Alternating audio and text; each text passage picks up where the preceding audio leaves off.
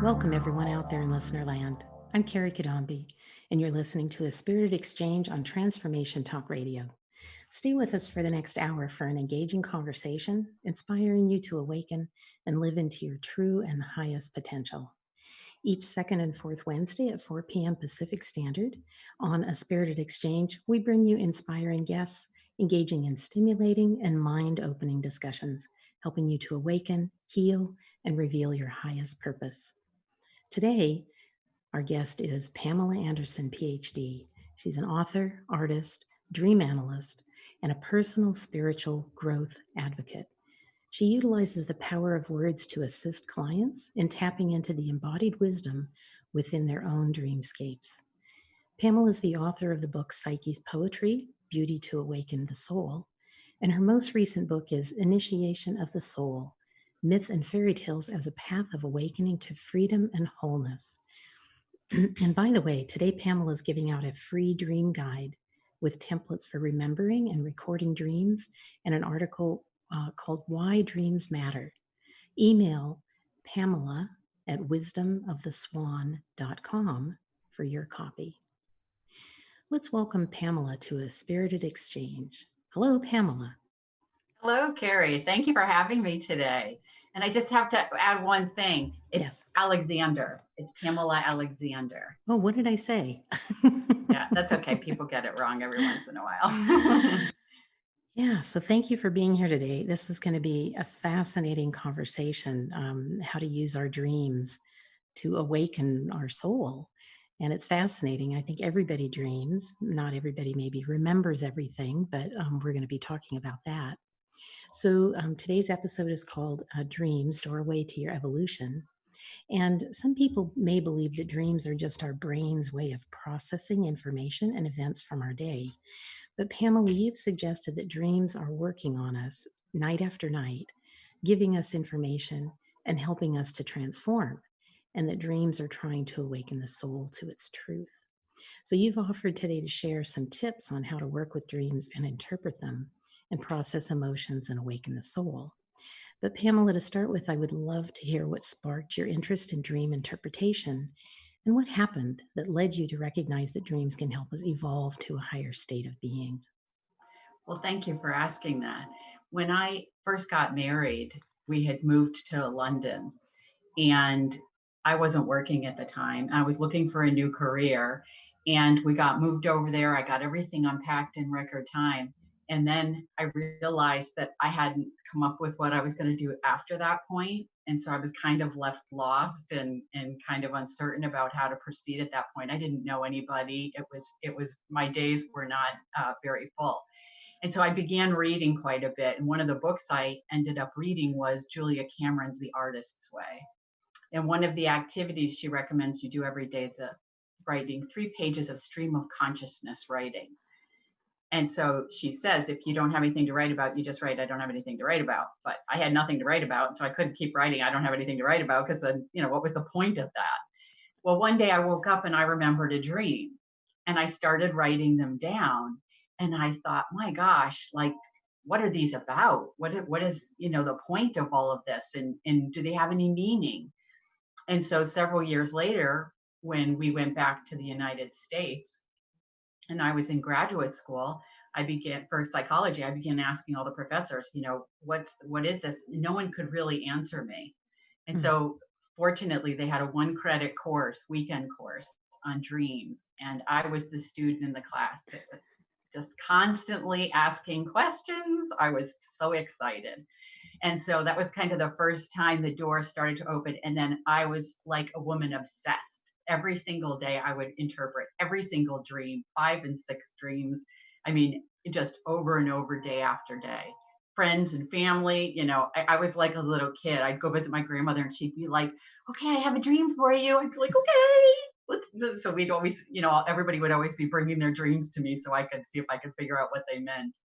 So over time, what I began to see was this pattern of how it was giving information, and on every level, not just psychological, but physical, about health, about my diet. It would prepare me of that grandmother told me that she was ill before she was diagnosed. It told me she was going to pass before she passed. And I could see hers were preparing her for her eventual crossing over. So we were able to dialogue about that before it even happened.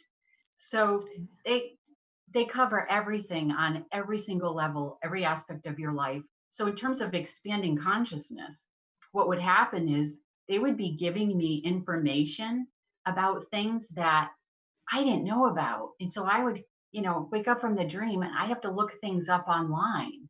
And I would learn more about limiting beliefs, about the nature of reality. And so it was always like the dreams and the dream source and the dream wisdom was one step ahead of me. And it was like guiding me along, kind of leaving breadcrumbs. And over time, as you begin to pay attention, you see there are going to be themes and there are going to be keep working on issues a little bit at a time and kind of guiding you at your own pace. Interesting.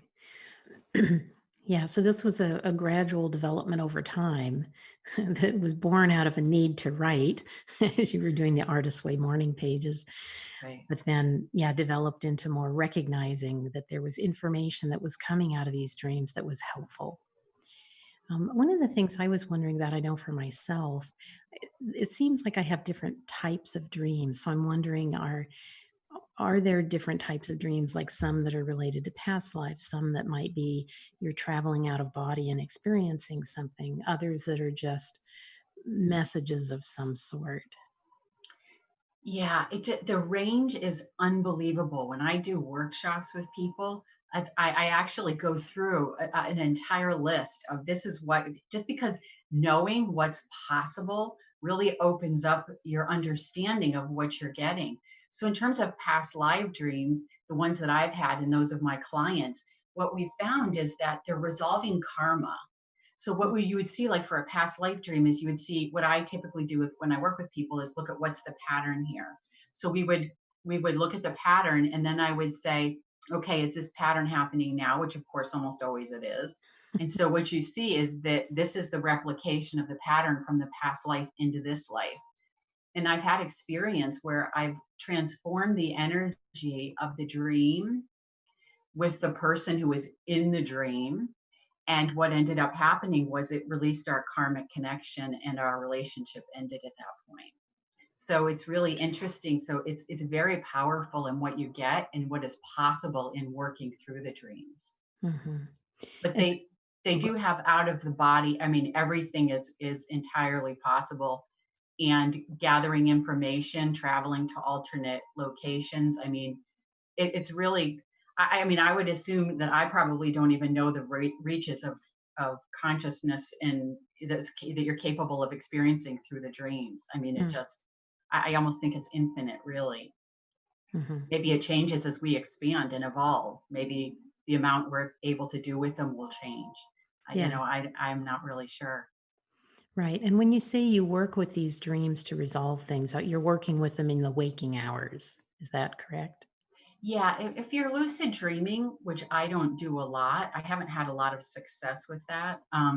But I know people who do it and they can resolve things in the dream. So for me, it's when I wake up. Yes. Mhm. And that processing, does that, I think I've heard you talk before about bringing consciousness to it. Can you talk a little bit about that Yeah, and what that does? yeah. So the way that I see it is it's the as though our conditioning in this lifetime creates certain patterns. And the dreams will bring these patterns to consciousness. And so if the pattern comes to consciousness, then we go into it, we break the dream down, look at the emotion of each segment. So we start with the first segment, let's say, what's the emotion that's evoked through the dream? And then we go into the body. And what we do is we witness it. And through witnessing the emotion, and you can do this when you're awake or when you're asleep, through the Hmm. process of witnessing, the emotion is transformed and the energetic pattern kind of dissolves. So it doesn't always happen one time. Sometimes, especially with deeply entrenched ancestral patterns, it can take time and have to happen over and over again. Hmm. But what happens is that changes, and then we go to the next part of the dream. We go into the emotion of it, and then we look at what is the message of it. So what is this actually saying to us? What is it? Because the dream is giving you information for a reason. It's not just randomly giving you stuff for your entertainment, although I suppose it could do that too. But but Yeah. usually it's there's some kind of, like I said, as you pay attention, you'll see like, whoa, there's a path kind of here, and you'll see that the patterns happen. And then if you get a dream wrong, if we interpret a dream like in a session with somebody and we're off track, then the dream comes and corrects it. Or if you are working on it yourself and you don't want to acknowledge something that it's trying to point out, it will come back and tell you again until you get it. So it Thank you won't very give much. up. Yeah, right. I think you've talked also about the language of dreams. And do you want to talk about that a little bit? Symbolic language. Yeah. Yeah. The thing I really love about symbolism is because the way I see it is that it is the language of the soul, and that the dreams don't speak in our rational, logical, everyday language, which is why people think they don't mean anything, because people Mm. say it's, it's chaotic, it's confusing, it doesn't mean anything, it's nonsensical. But the dream, I don't believe, is speaking to you, to your mind, in your ego. The dream is, I believe, speaking to the soul. And so the soul has been conditioned to believe it's the story. So you've been taught from the time you were born, here you are, you're Kerry, this is your body, this is your family, this is what we believe, this is the nature of reality, your religion, education, everything comes in layers on all these beliefs. The soul is looking at that and saying, oh, that's me. And it's not until it wakes up to the fact that it's not the ego, which is the story.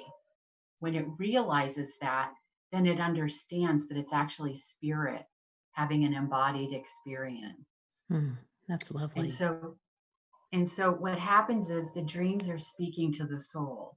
So once you understand that language, not only do you understand that it's speaking to that aspect of you, but it also changes your entire worldview, because symbolism in looking at dreams as though, let's say, all aspects of the dreams are parts of yourself, when you're looking at it that way, you're you're not othering, you're not separating from things, you're actually bringing them in closer. Hmm. And in terms of our evolution, this is where we're going towards a more unitary perspective and away from a more dualistic and which is really an ego-based perspective. Well, good. We can't do that fast enough. I Yeah, think. well, it's happening. So you talk about the symbology, language of symbolism, and so I think doesn't the subconscious speak in symbolism as well? So dream is the dreaming mechanism kind of a part of the subconscious? Well, I've kind of left that to the mystery, Hmm. because for me, it seems like there's just no kind of clear, definitive way to understand, like, what is the source? What is the source of dreams? Hmm. And how do we understand where they come from and where they're going and where they're taking us? And so I've never really come up with a definitive. I know there's theories about it and Hmm. the unconscious and the subconscious, but I've tried to stick with the dream and never kind of apply any kind of dogma on it as much as I could, and say, what do you want to show me? Where do you want to take me? And have Hmm. been, and I kind of wonder if that isn't possibly why I've ended up with such a broad range of understanding about what they're capable of, because Hmm. I felt like I didn't really go into it specifically with any preconceived notion. And that's one of the things that I'm not positive. Yeah, I think that's beautiful to live into the mystery of it. We don't always know everything, and yeah, and that's okay. Well, I have so much more to ask. I want to hear about from you, but we're going to take a short break right now. So, listeners, you're listening to a spirited exchange with me, Kerry Cadambi, and today's guest, Pamela Alexander. And when we come back, we will explore the language of dreams and how to use it for personal healing and transformation. So, stay tuned. We'll be right back.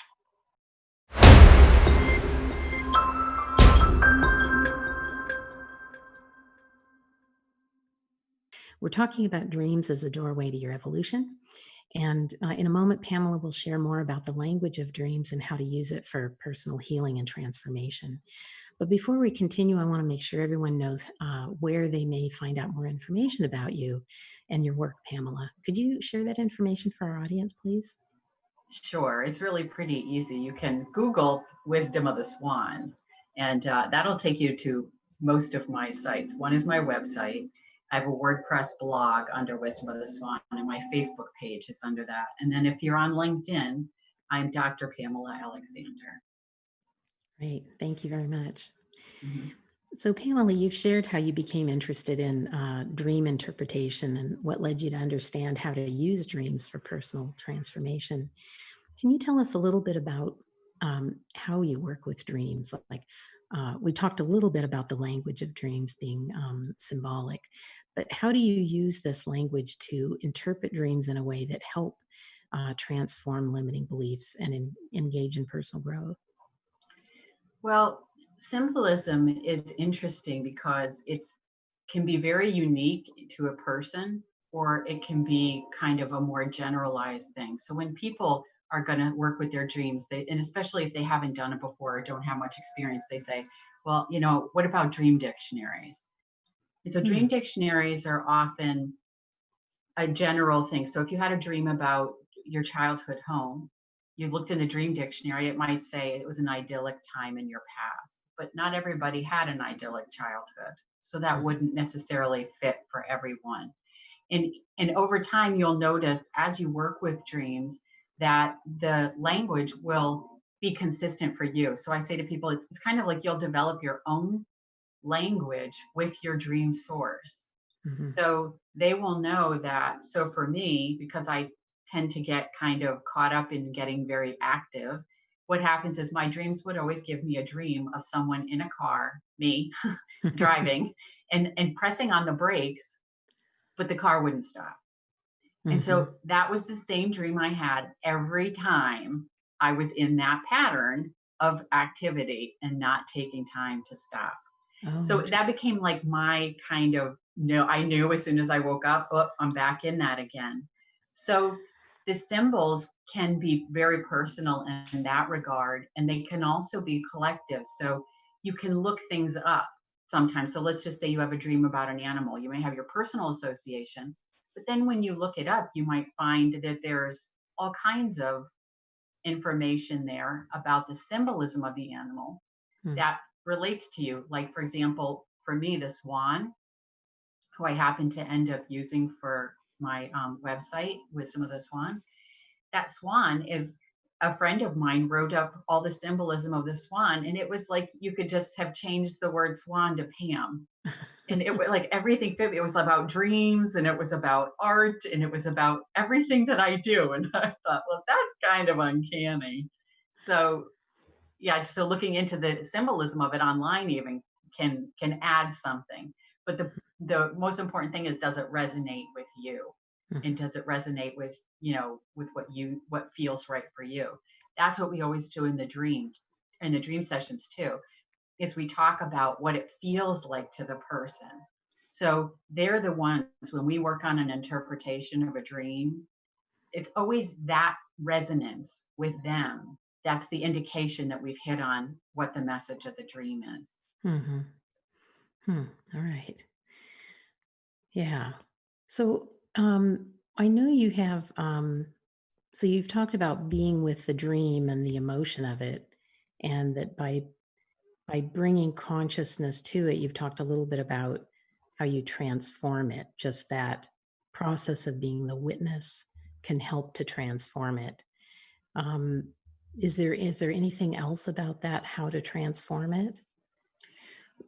As you begin to bring awareness to it and transform it and shift it, what happens is it just will continue to evolve. So it may be that you're working on something, if it's, let's say, an issue at a particular level, and then when you work through that level, something else comes up. So typically you're working at deeper and deeper levels. The level of emotion may gain intensity as you gain more experience with it. So what's happening over time, as we shift these emotions and learn to sit with them and watch them and witness them, we don't do anything to them. We don't like sparkle them. We don't like turning them into butterflies and make them fly away. What we're learning to do is host and just be there and be present. So that is the soul's energy, is the energy of being. So in the hosting of that, what we're doing is we're learning to move our center back in. Because right now, what's happened with the conditioning is we're kind of taught and conditioned to believe that everything outside of us is influencing us and impacting us. So as we learn to sit and witness either in the dream or in life and just sit with the emotion of something, what we're doing is we're beginning to move that foundation to a place that is steady and doesn't fluctuate. It becomes unshakable. Mhm. So, in personally, then when something really challenging happens, what happens is we are able to stay rooted in that center as the emotions come and go. And what you can see is the value of this in terms of what's happening around us right now. Because as you establish that center and become established in that, what happens is the culture changes and the culture fluctuates. And those things that we used to see as foundational, that we used to count on being there, that we valued for what they offered to us, as they fall away, we have to keep moving back in, witnessing those emotions that are constellated by the current crises, and then keep going into that center. And then as things fall apart and crumble and change, we won't be so off, knocked off our own center by it. We become unshakable in the soul. Yeah, I want that to be unshakable in the soul. Yeah, that's really, it's very interesting. So, as we have dreams and then remember them, and if we're trying to be with them, spending that time. So that's first of all a challenge, I think, for a lot of people is spending the time being with it, and um, almost like a meditation, right? It can be difficult for people to quiet the mind and be with it. But in that being with it, um, I think in your free thing that you're offering, there's a list of questions that one can ask of the dream. Is that correct? That can help them recognize maybe what the symbology of the dream is or the message. Can you talk to that a little bit? Yeah. So if you're trying to discern what the message is, you look at the symbols in it to find out what their relationship is to you. So say for example, you dream of your Aunt Martha and your Aunt Martha can't hear very well. So what you would be looking at is what is your capacity to hear? And is there something that you are not hearing? And do you need to pay attention to? And so if you look at then extend that into the context of the dream or multiple dreams, you may be able to see what in fact that it is that's not being heard or not being listened. Are you not listening to yourself? Are you not Mm, listening to other people? Are you not hearing some kind of guidance that you're getting to to turn towards something in particular? mhm, mhm. Okay. And some people talk about dreams. I mentioned earlier that they think it's just the brain processing the events through the day. But certainly, what goes on in our life affects what we dream about. Um, so, is that something you also want to look at? Um, Yeah, definitely. You want to see what during your day. So when you would have the dream, you could look at what happened yesterday, what happened the day before, and if you have an experience during one of those days that triggered something or that didn't trigger it because you had repressed it. So, Mhm. because of our conditioning, what we also learn is how to avoid discomfort. And so we create all these different ways of avoiding what doesn't feel good. Mm. And so what the dreams will come is they'll say, like 2 days ago, they'll be referring to, let's say, a conversation you might have had with your sister, and you got off the phone. She was said something, let's say, that wasn't very nice. You might get off the phone and say, well, you know what? That's just her. And that's just the way she is, and it doesn't bother me. But the dream would come and say, well, it does bother you, but you're repressing it. So it's bringing that event from several days ago to bring the emotion to consciousness Mhm. so that you can transform it. And what happens is people react to us based on those patterns that we have. So you would notice that patterns happen over and over again. So let's say that thing with your sister, you might notice, oh, it also happens with your boss, or you might notice, oh, it also happens with a friend once in a while. And so when we begin to transform the pattern, then you don't see it as often. It begins to dissolve, it begins to shift, and it begins to change because that's the emotion getting triggered. So once the emotional trigger is gone, there's no need to have the pattern anymore. It's not Right. serving any purpose. So everything asleep and awake is with that intention to take you and help you evolve and help you establish that center in consciousness that's unwavering. So regardless of which place it comes from, it doesn't really matter. You just keep doing it day or night, whatever it is, and you just sit with it and allow it. And so you were mentioned before that some people have a hard time quieting their minds. So what I typically do is if we're working at looking at the emotion, then what we do is we just find it. Where is it in the body? And if you're aware of the chakras, that's kind of one of the points I just use just for ease of reference. And so we start with the lower part of the body and we begin to work up and say, where would you feel it? So let's just say you felt something, you felt it in your belly. We would say, well, what does it look like? How big is it? What does it feel like? Is it hard? Is it soft? Is it a ball? Is it, something else? And so through that kind of exploration, it's very infrequent that we actually look at something that closely like an emotion. Mhm. And so when you begin to really kind of find it, well, where does that sit? Where does fear sit for me?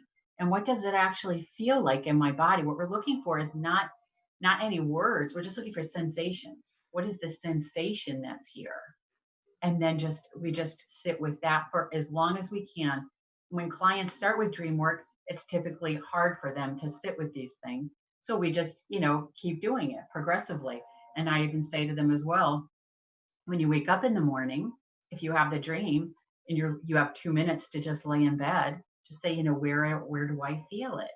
Where do I feel it in my body? What is it that I'm feeling? And Mhm. just allow it to be. And so over time, you develop the capacity and the ability to witness these things and host them Mm. until they transform. Yeah, I love the the idea of being with it in the body. It's very similar to a modality that I use called clean language, where we're developing metaphor because everybody speaks in metaphor.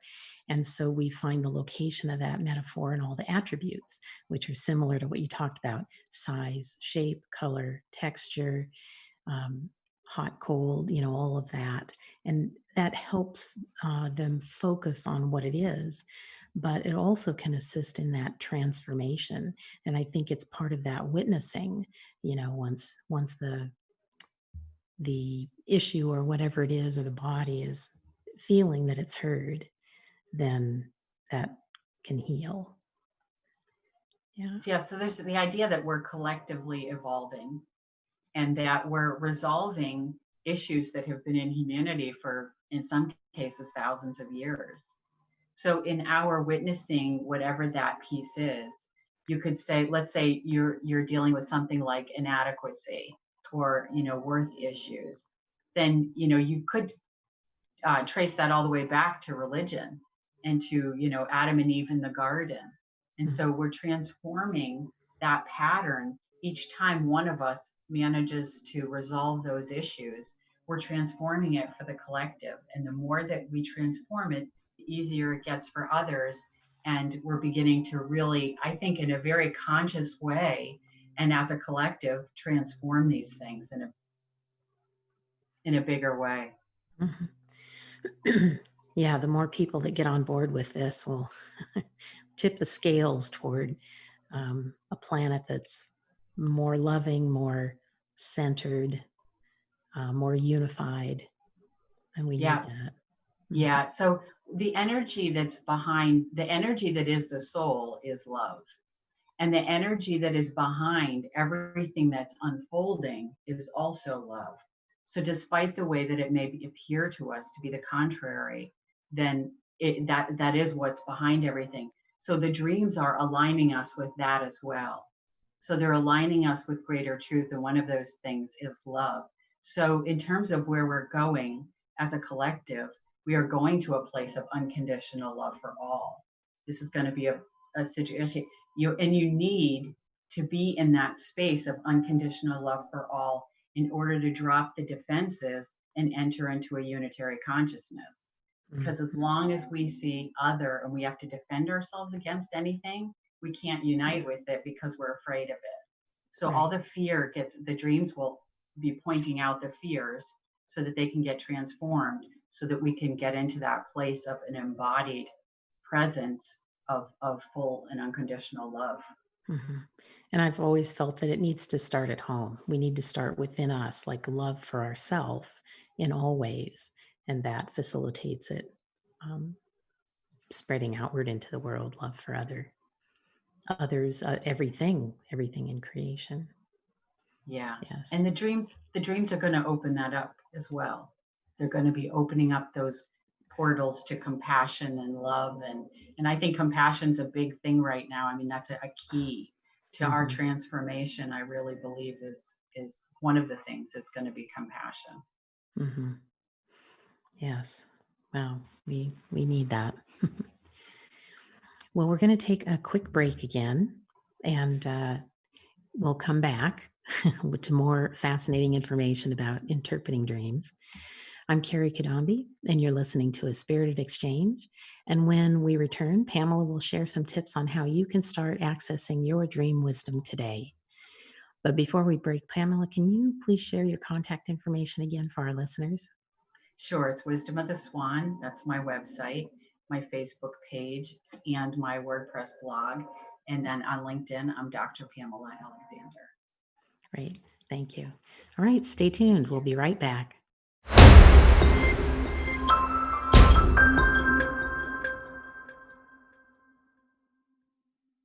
We're back on A Spirited Exchange with me, host Kerry Cadambi, and our guest today, Pamela Alexander.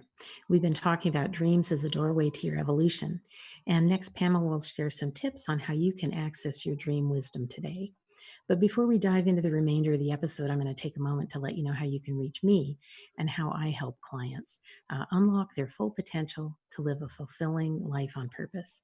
You can check out my website at thedivineguidancegift.com, where you can sign up to work with me online in private sessions or a group program.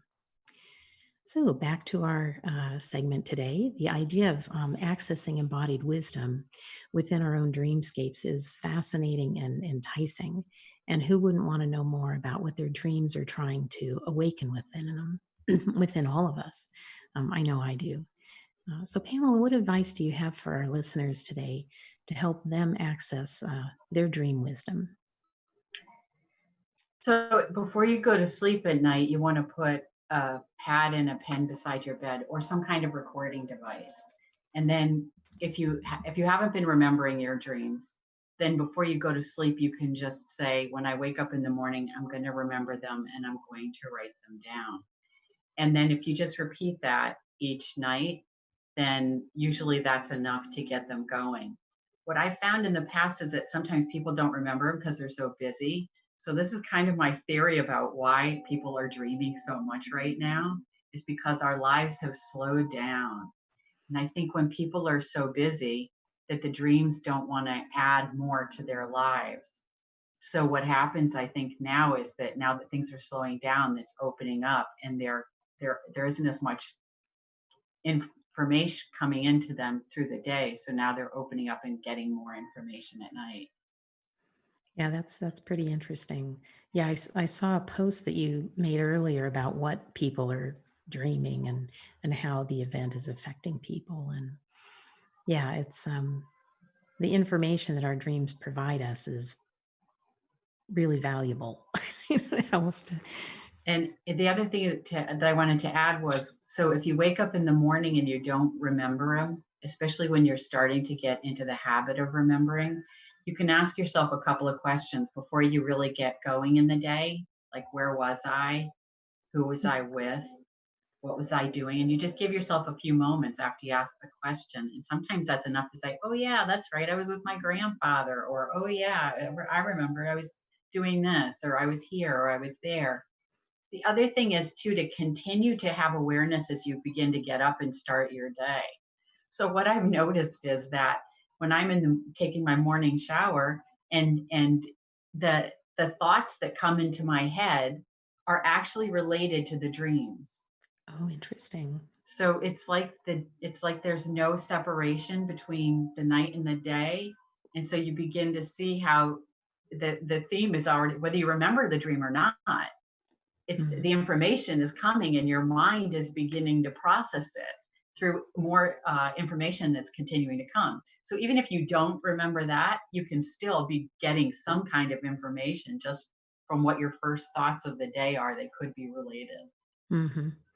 That's yeah, that's interesting. I've found that for me, sometimes when I wake in the morning, I might not at first recall I've had a dream, but if I lay there for a minute, I may have a feeling. And when I kind of go into that, it'll bring back the dream, or I may have just a single image. And if I spend time with that, then the dream details will kind of come through. But it's like then I would need to write it down because once I get up and start my day, they're usually gone unless it was a really intense dream of some kind. They kind of So disappear. well, it's good to jot down just a few notes. So if you don't have time, if you're in a rush because you have something to do, if you just jot down a few key points, sometimes later that's enough to kind of jog your memory and get you back on track again to remember them. But that's a really good point. If you have just a symbol or one thing or an item, is to really allow yourself to be with it. And the more patient you are, it's like it yields up its gifts. So the way that people do contemplation you can do with a dream. So if you don't know how to interpret or understand what the symbols are, that can take years of experience to really kind of be able to capture as much of the dream, let's say, that as somebody like I can. But if you just sit with it, it will give you wisdom. It's like the more patient you are, the more the veil parts, because the wisdom wants to be known. It's not like it wants to hide, it wants to come into consciousness. So if you attend to it and you're present for it, it will come, whether it comes in that moment or it comes throughout your day. So you want to really be aware if there's something in the dream and you have, let's say, a question about it. You could even ask the question and then pay attention as you go through your day. And the answers will come in all kinds of ways, or in a dream the next night. So what dream work really does for me is it opens up this kind of reciprocity with the world. We are interconnected, and you really can see it. You really can see how all these things work together for our own evolution. Think about a synchronicity. Like, what is coordinating that? Mm, What is it that's sending us the dreams, and why? And mhm, so the more that you think about these things and really pay attention to them, pay attention to the synchronicities between the dreams and the waking life, your waking life. Pay attention to how, like, what is this?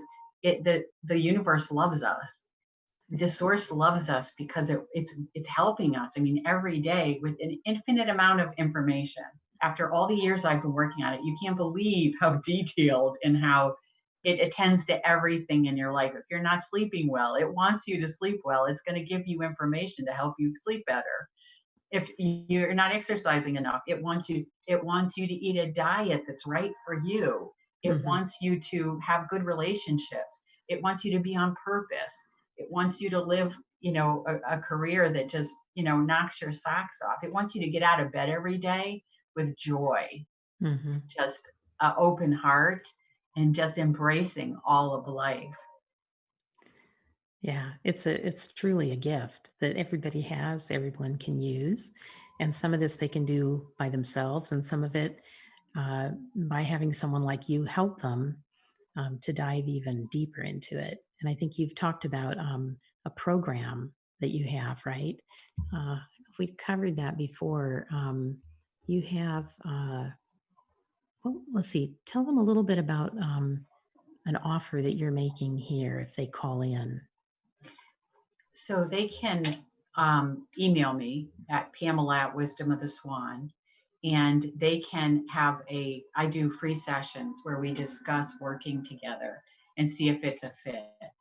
If you're dreaming, if you're a regular dreamer, and if the way that I work with dreams would be of benefit, then yeah, we can schedule a session to go ahead and see if that would work for you. Okay, I usually great. and I usually work I used to work more one-on-one, one-time sessions, but I've really evolved to a more longer term commitment, because what I see is that people are wowed by the dream, oh, this is great. We had one session, it was awesome. But what happens is once you have that big dream and you may work through that big dream, then subsequent dreams are giving you the steps to get you there. So Mm, I like to explain it like when Dorothy, her house lands in Oz, then what happens is she steps out of the door and she's in Munchkin Land, and it is phenomenal. It's the opposite of Kansas. Kansas was like the desert, and everything was dead and nothing was growing. And then Munchkin Land is everything's alive. There's fruit on the trees. The brooks are babbling. It's just like birds are chirping. Everything is alive and vibrant in color and beautiful. But she can't stay there. mm, She has to now make the journey. And then she makes the journey. She transforms the consciousness during the journey. And then when she wakes up in Kansas again, life is now in Kansas. Aunt Em has a garden. The house has been painted. Like everything is renewed. So that's what the dreams do. So if you come once, you see Munchkin Land and you're like, well, this is great. But then you go back to Kansas and like you're still living in Kansas. But the ongoing work with dreams takes you through the transformation so mhm, that you can live in the Munchkin Land in Kansas. They both become one, right? The inner and the outer mhm. become come together. All right. Yeah, that's that's wonderful. I like that. You know, that a one-time thing doesn't always do enough, right? So I like that you've got an ongoing program. Yeah, I was trying to think of what else we wanted to cover in this. You had mentioned something about how you work with dreams in this way, but it's not just dreams. Sometimes it's everyday life, maybe providing you information. Do you want to talk about that? Yeah. So everyday life gives us information in exactly the same way that the dreams do. So, whatever you encounter, if you have an encounter with someone, like let's say your sister, and you get off the phone and you realize that you're triggered by that, then in that moment, you can sit with that emotion of that, and you can see the pattern in it just the exact same way you would a dream, Mm, and then transform the energy of it as well. And it's interesting too because we can do this with the collective. So you can look at a big issue like a collective event, and you can look at that symbolically. You can look at your emotion in relation to that, and you can transform that as well, which means you're transforming your own little connection to it, your own part to it, but also the connection to the collective and the collective's investment in what's happening. So things that happen on a cultural level, it's like the dream of the culture. So we can work with those things as well. And those things will give us information about the evolution of the culture. So where are we, and what is this event in the culture telling us about ourselves and telling us about where we're going as a group?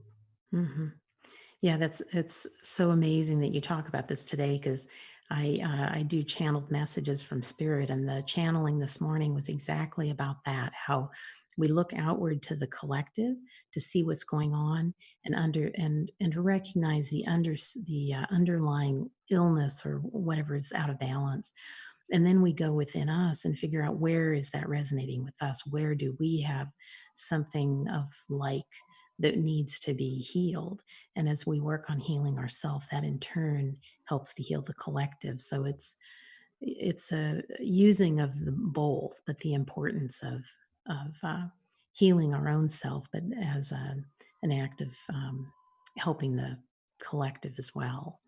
Right. Yeah. Yeah. And just doing our own work does it for everybody. So even if you don't work at the level of the collective specifically, your own work ties in through, again, the patterns, which we see, we see everywhere reflected in the Wizard of Oz, reflected in fairy tales. We see them reflected all over. Hmm. Yeah, you have quite an interest in fairy tales, from what I I understand. do. That early on, I actually did from Women Who Run with the Wolves, Clarissa Pinkola SD's work. She was really my introduction to it. Hmm. And her work with the fairy tales was really inspiring to me. And I kind of began working with them myself and just fell in love with it. I mean, I guess if you're in love with dreams, you're in love with the fairy tales. And I love religion as well for the exact same reason, to look at it symbolically and to see how all of it relates again to ourselves. So you look at the fairy tales and you see how the characters are parts of us, and you see how you think you're more aligned with one character, but as soon as you look at the symbolism of another one, you realize, okay, I have that in me too. And then you see the other one, you think, oh, look at that, I've got that too.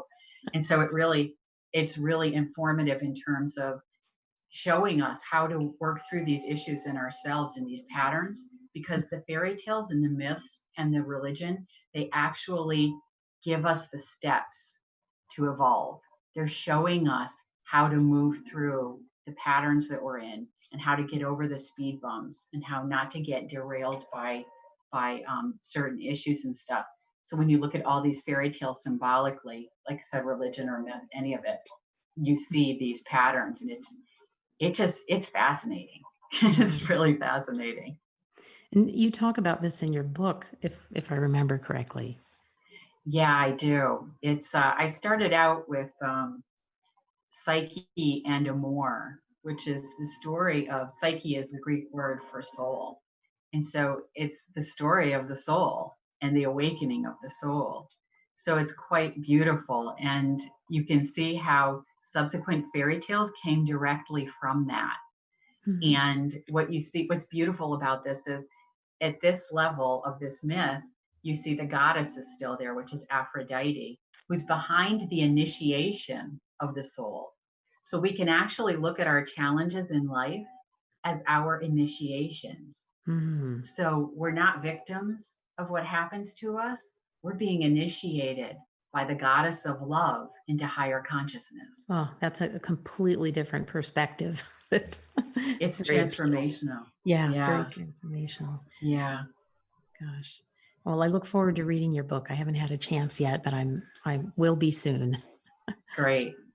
Well, Pamela, I want to thank you for sharing your knowledge and your passion for dream interpretation and how to use it as a catalyst for personal transformation. And I think this is just incredibly helpful for everyone out there who's listening.